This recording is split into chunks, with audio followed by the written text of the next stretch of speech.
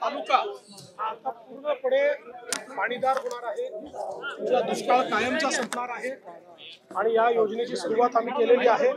पण इथेच आम्ही थांबणार नाही। पश्चिमी वाहिन्यांचं वाहून जाणारं पाणी हे गोदावरीच्या खोऱ्यात आणून जोपर्यंत संपूर्ण जिल्हा, संपूर्ण मराठवाडा विभाग हा दुष्काळ मुक्त होत नाही तोपर्यंत आम्ही हे काम करतच राहू। आपण अनेक महत्त्वाच्या घोषणा केल्या, या मंदिरापर्यंतच्या रस्त्याचं असेल किंवा इथल्या विकासाचं असेल।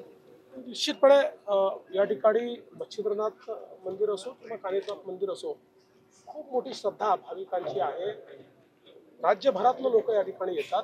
याच्या विकासाला आपण 22 कोटी रुपये मागच्या काळात दिले, त्याचं काम चाललेलंच आहे। आता हा जो रस्ता दोन मंदिरांना जोडणार आहे हा जरा अरुंद आहे आणि इथे खूप मोठ्या जत्रा येतात, यात्रा होतात, दिवस महत्त्वाचे असतात, त्यामुळे लोकांना ट्रॅफिक जाम होतो, खूप अडचण सहन करायला लागतो। म्हणून त्याचा विस्तारीकरणाचा विषय मी या ठिकाणी मांडलेला आहे आणि त्यासोबत आम्ही हा प्रयत्न करू की इथे एक रोपवे जर तयार करता आले तर आम्ही गडकरी साहेबांना भेटू आणि गडकरी साहेबांच्या माध्यमातून रोपवे तयार करण्याचा प्रयत्न करू। या जिल्ह्याचं पालकत्व घेतलं त्यामुळे विकासाचं अपेक्षा जे आहे या भागात अधिक वाढलेलं आहे। माझ्याकडे महाराष्ट्राचंच पालकत्व आहे, पण मराठवाडा असेल, विदर्भ असेल किंवा उर्वरित महाराष्ट्रातला मागास भाग असेल, याच्याकडे विशेष लक्ष द्यायचं ही माझी कार्यपद्धती राहिलेली आहे आणि तोच प्रयत्न यावेळेस मी करतो। दिल्लीच्या निवडणुका झाल्यात, आज मतदानाची प्रक्रिया पडते, तुम्ही प्रचाराला तिकडे गेला होता। मला असं वाटतं, मला पूर्ण अपेक्षा आहे की तिथे भाजप निवडून येईल।